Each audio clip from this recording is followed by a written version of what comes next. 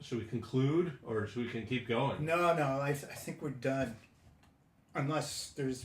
What's the Ginger Baker documentary? You see that? It starts with him like punching the guy in the face. Yeah, isn't that great? It's great. It's a good documentary. Are we going to do that? Oh yeah. Who's punching who?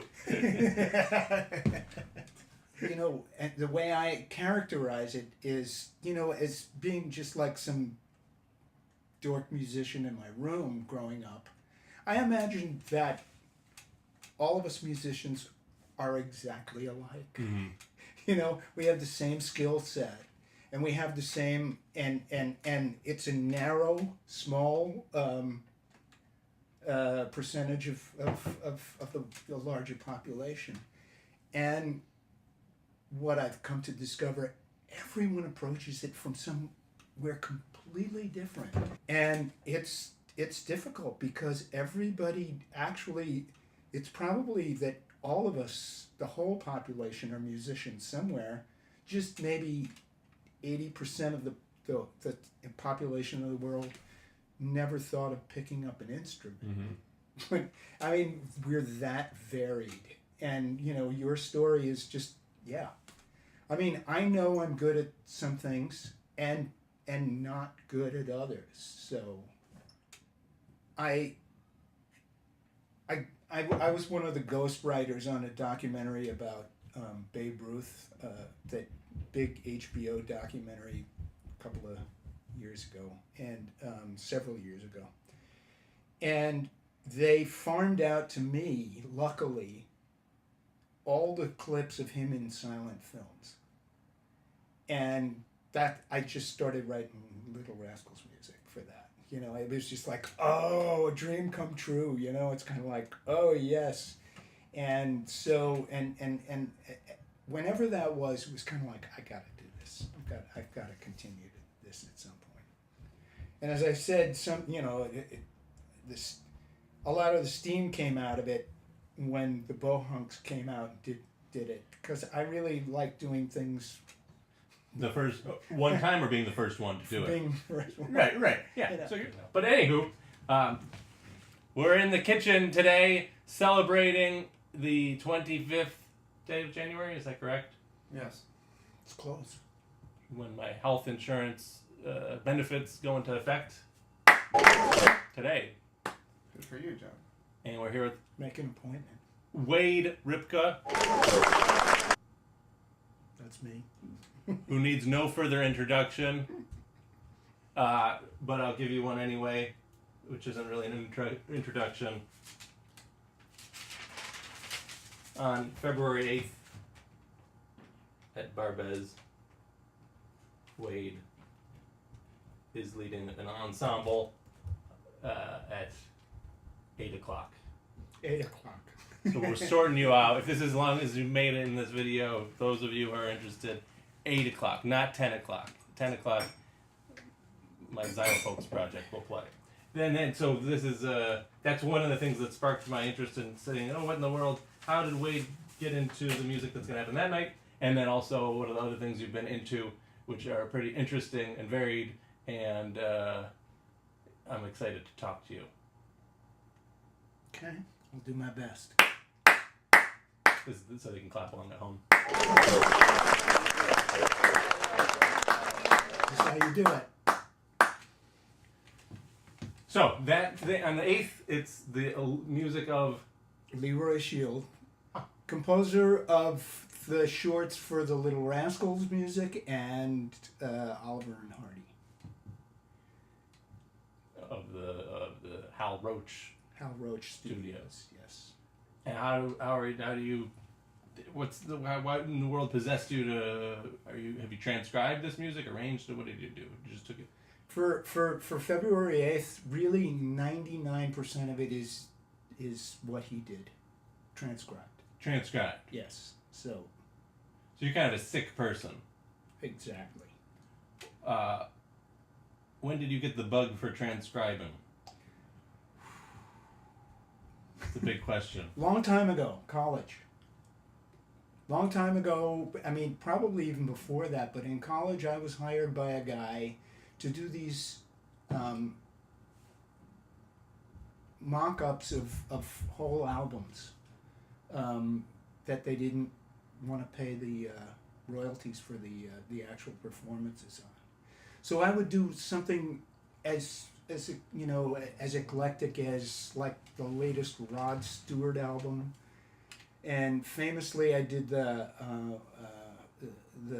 music from that movie New York, New York with Robert De Niro and Liza Minnelli, which was a big band Kander and Ebb thing. Wow. And the funny story is they have a studio orchestra there, right?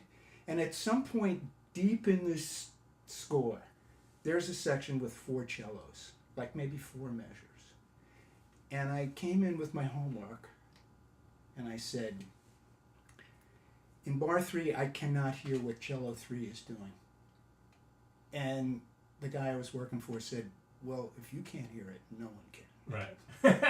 So, anyway, so I, you know, I've been doing it for a long time. I kind of started the latest kind of phase of this doing Captain Beefheart. Right. So. And the name of that is Van Goo is your ensemble that does. That was the ensemble that did 13 tunes from Trout Mask Replica. My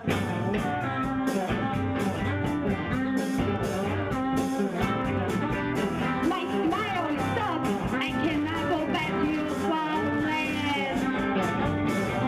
My spirit's made up of the ocean, and the sky, and the sun, and the moon, and all my eyes can see.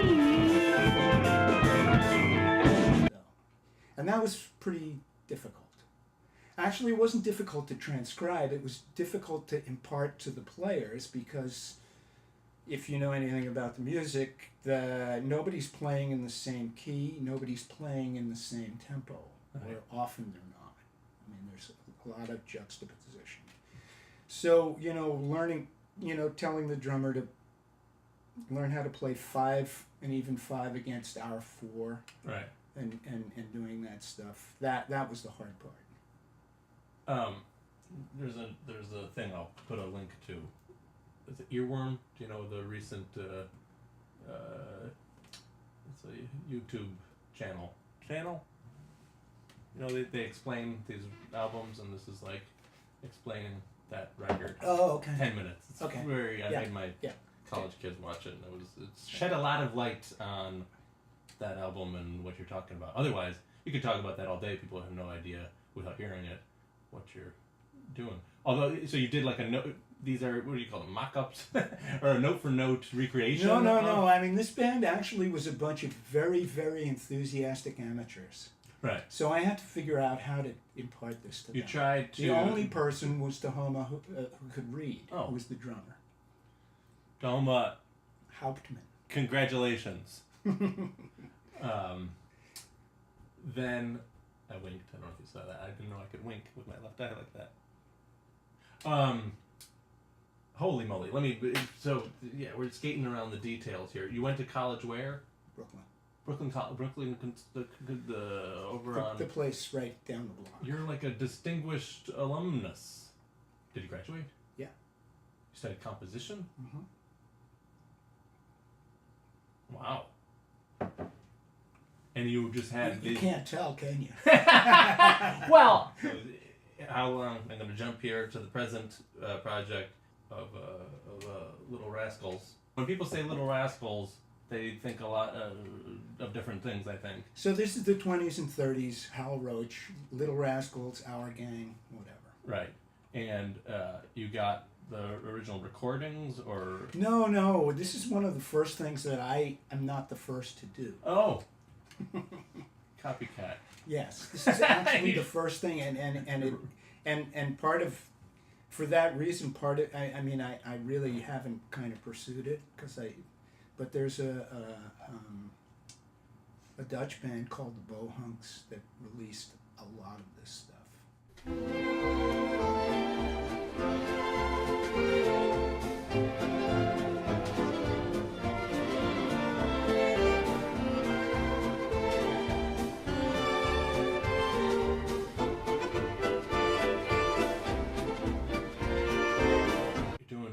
23.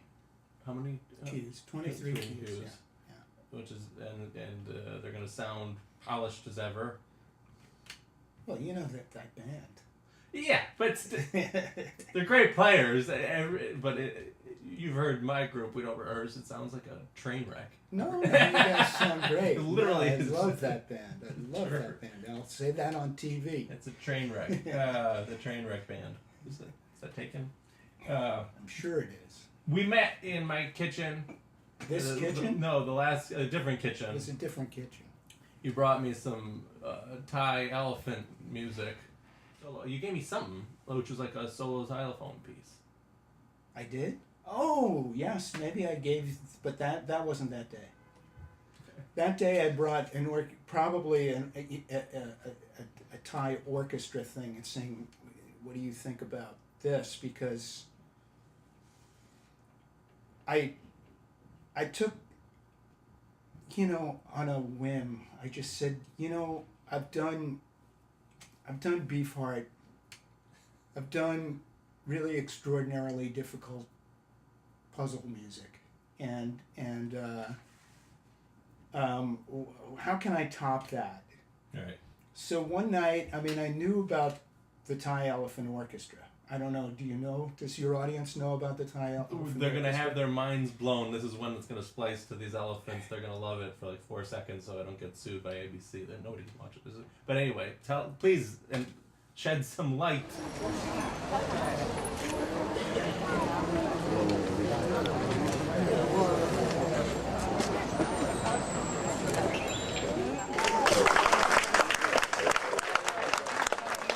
There's a guy named Richard Lair in Thailand who runs. He's from San Francisco. He's an artist, and he ran an elephant rescue camp. And in the 90s, he taught them to paint. And at some point, he said, "Boy, if they paint, why can't they play music?" So he got together with David Soldier, who you probably know, in New York, composer and neuroscientist up at Columbia. Lobster's uncle. And they created 3 CDs of elephants playing music.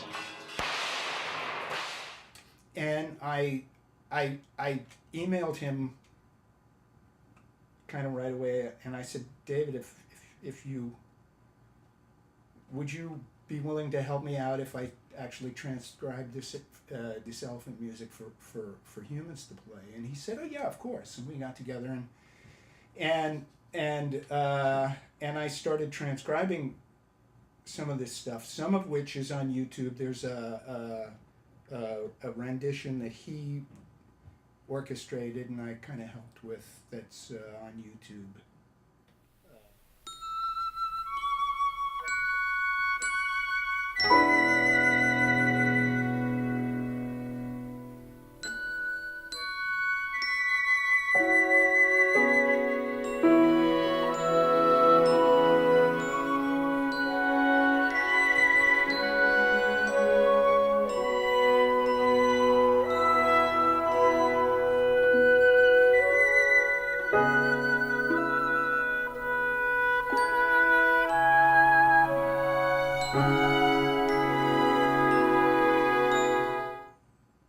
I thought I was going to write this stuff out graphically.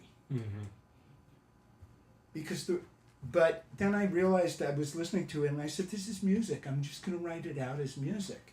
Now the difficulty is that elephants play with their trunk, and their trunk has a rhythm. So they have this sense of rhythm, but it's not perfect. So imagine when 5 elephants are playing together and you have this concept that they have a tempo. Each one of them has a tempo. Right. But it's not metronomic. And how do you notate that? So, and that's how we met. Bio Schmio. You play at Barbès frequently. Yeah. That's a place that, and you play with that's like a community of folks that play there, and Yeah, that's where all the guys I play with are that's where I met them. okay. I mean, pretty much. The current, your next, you're playing tomorrow? Yeah. You're playing tomorrow with Yeah.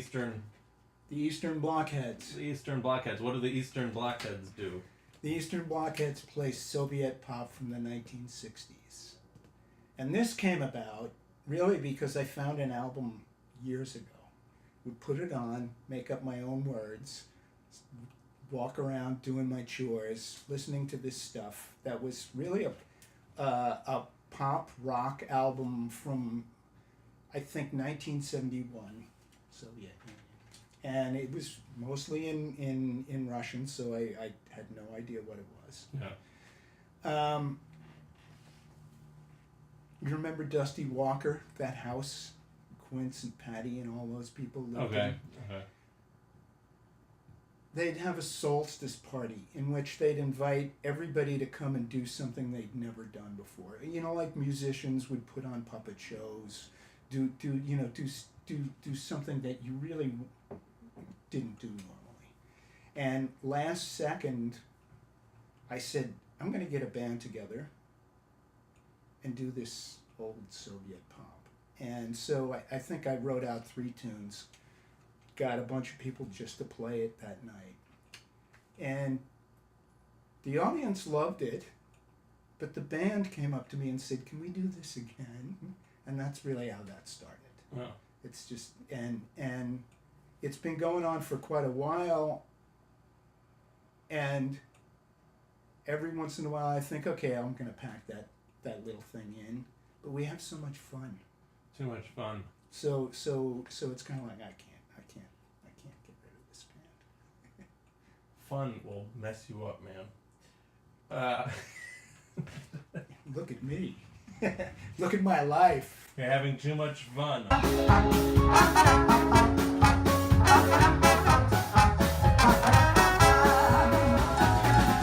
Зазвонит будильник, нам будильник ни к чему, потому что доверяем мы соседу своему. Рано утром на работу он меня разбудит сразу. У него своих забот, он начинается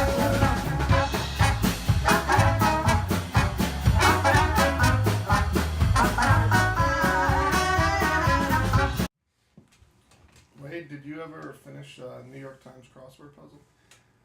All the time. All the time. A Sunday? What about a Sunday? Well, my brother is a fanatic crossword puzzle, and they're guy, and I would go out to visit him kind of frequently on Sundays, and he would have the whole thing done except for 2 or 3 musical ones. And he'd go, okay, what's the answer to this? And I go, oh, oboe. You know, what's the answer to this? Die Walküre. Whatever, you know. Then, Then, the other projects that you got. Your Rebettica project, you got 2. well, really only one is now functional, and that's Greek Judas. Yeah, cross that off. We don't even need We're getting through this. I was going to bring Noli's puzzle up. My 2-year-old does these puzzles. That sound very apt description. Andrew, you're breaking things? Greek Judas plays loud.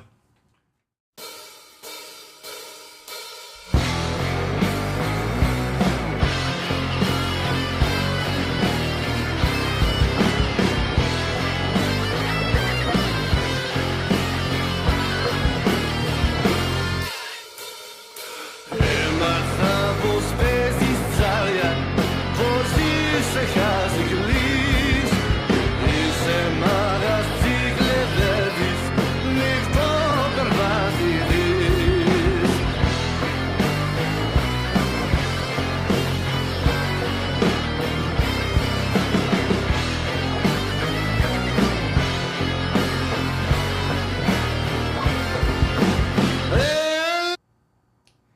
So I will have to say I had a band that did traditional versions of 20s Greek rebettica. It's a Can you fill the people in at home who want to know what that is? Sure, it's a music really that was brought back by Greeks who lived in Turkey. So it's very Turkish based. Really, what happened was Greece and Turkey had a war in 1917. At the end of the war, part of the deal was that the Turks that lived in Greece had to emigrate back to Turkey, and vice versa. The Greeks that moved that lived in Turkey had to move back to Greece, and they brought back with them this very Turkish based music, and a culture from Turkey, which, I mean, Greece is a Western country that is an alcohol based country. Alcohol is legal. Hash and all that other stuff was legal in Turkey. So they all got thrown in prison. They were all like the disenfranchised of Greece at the time, and this was their music. And I learned, I started listening and playing this music because I went to Greece in 2010 and heard it. And when I got back here, I only realized that the names of these tunes are Why I Smoke Cocaine, or I'm a Junkie.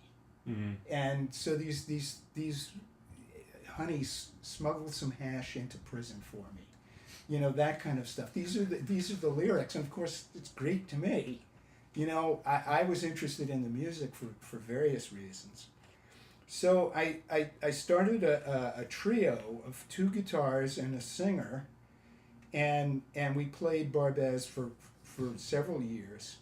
And in the back of my head, I said, there's some tunes I just want to rock out on. Uh-huh. So I created Greek Judas, and that's that band. We literally do primarily almost metal versions of 20s and 30s rebettica. Part of the difficulty of that band is finding the appropriate stuff. You can't just play any old rebettica tune and make it sound like a rock tune. What lends itself to make it appropriate, or I don't know, I can imagine what's inappropriate, but what you look for the hard drugs? No. The words, frankly, are irrelevant because Quince sings them in Greek, and nobody. Greeks understand it, but 99% of our audience, it's really the tunes and the way we convey them, and so you can't have one of those typical Greek tunes or even Middle Eastern tunes that just go 1 minor 4 1 5, and that's not a rock tune, right? So that's the simple answer to that, and so much of that music is just that, right? So I can't use that. I've got to use something that has some sort of hook or some sort of weird chord change, right? So okay. I have a 64 blackface twin. I have a 65 blackface deluxe. Now in my possession, I have a 64 Bandmaster, and I have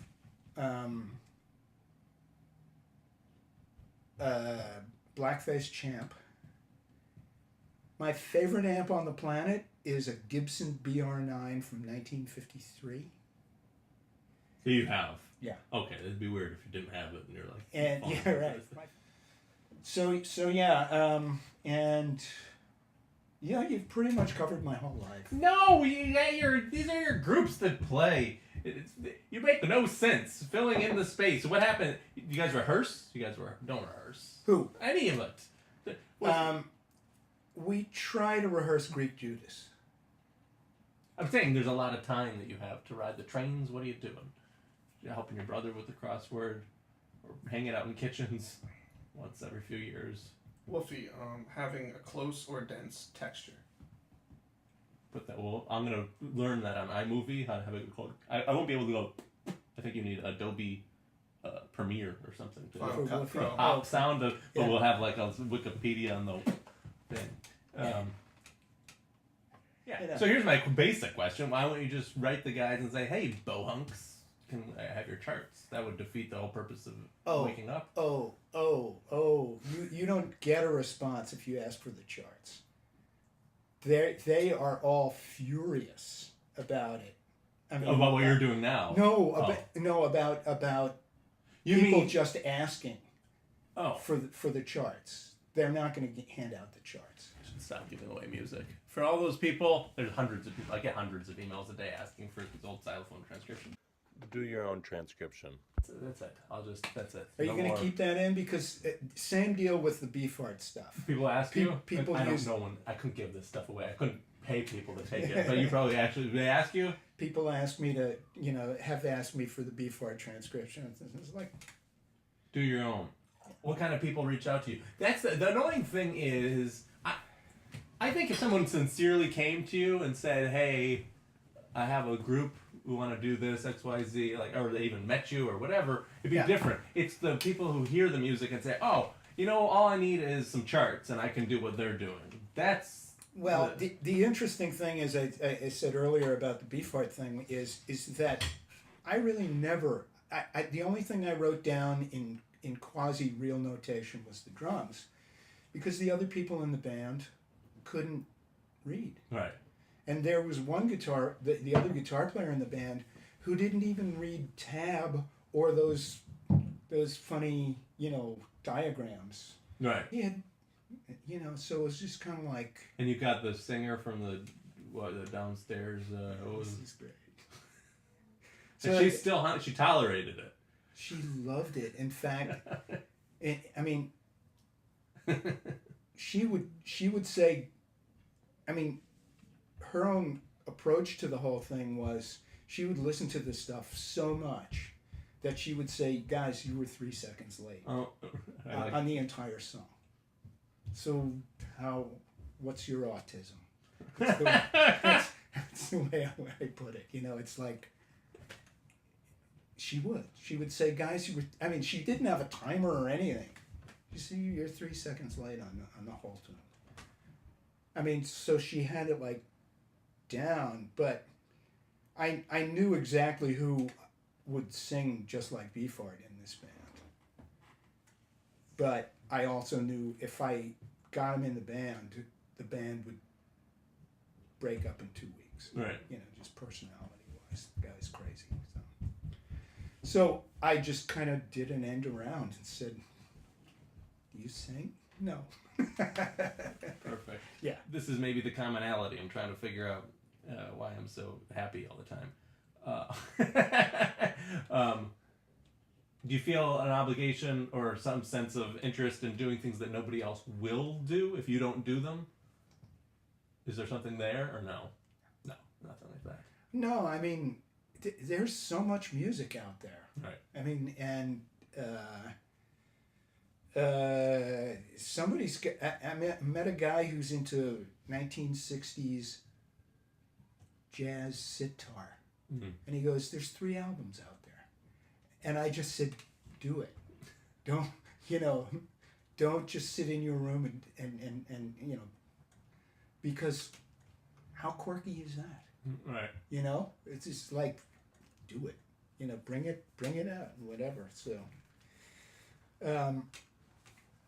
and really, it's just my own personal taste. For instance, the Rascals. I watched them when I was a kid. I loved the way this guy wrote for woodwinds, like that cool sax, tooties where they're just rhythmically just nuts. Right. And Is there a difference between in the Rascals music, like what makes that unique among dance music of the era? Or it's really film music. So really, that's the way to approach it. I heard a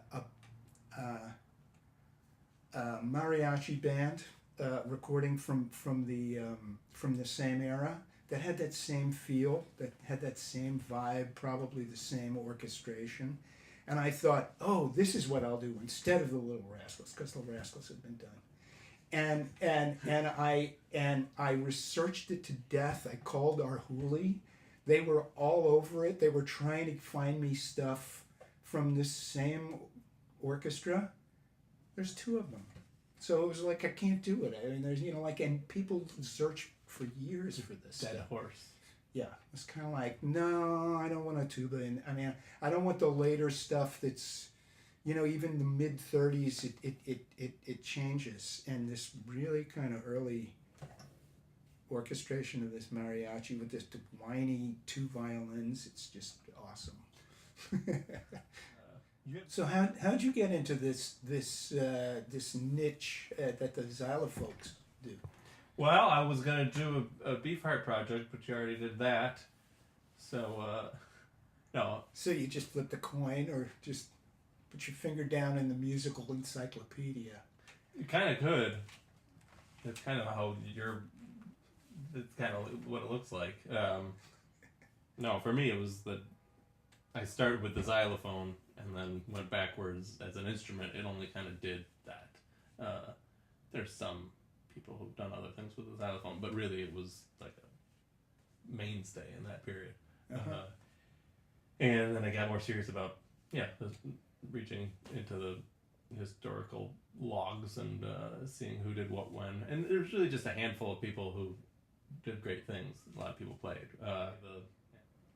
the what if game. Like, what if XYZ musician in 1928 also happened to do this or that? And then you kind of that's when it becomes a historical hubbub of doing stuff. So that's what I've been kind of doing. And then but it's also like my own, really it's dealing with my own inability to do like normal things, I think. I don't know, you probably identify it with I do. like if I could just like play I can't play any sort of hot jazz date when they're like, oh, play Dinah in whatever key. I'll be like, I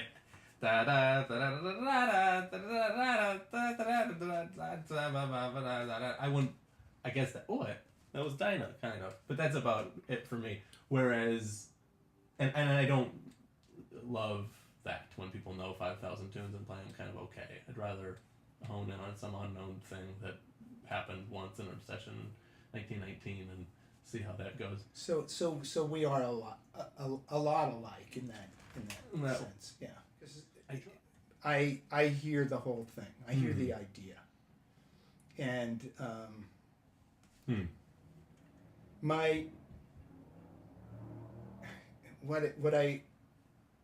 I'm recalling is that my mom was friends with Teo Macero, the producer of all Miles stuff from the 60s and 70s.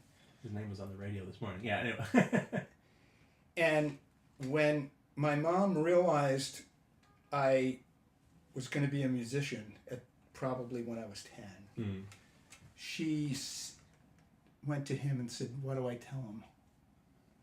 And he came back with, don't just be a musician, be an arranger, be the guy, be the global guy.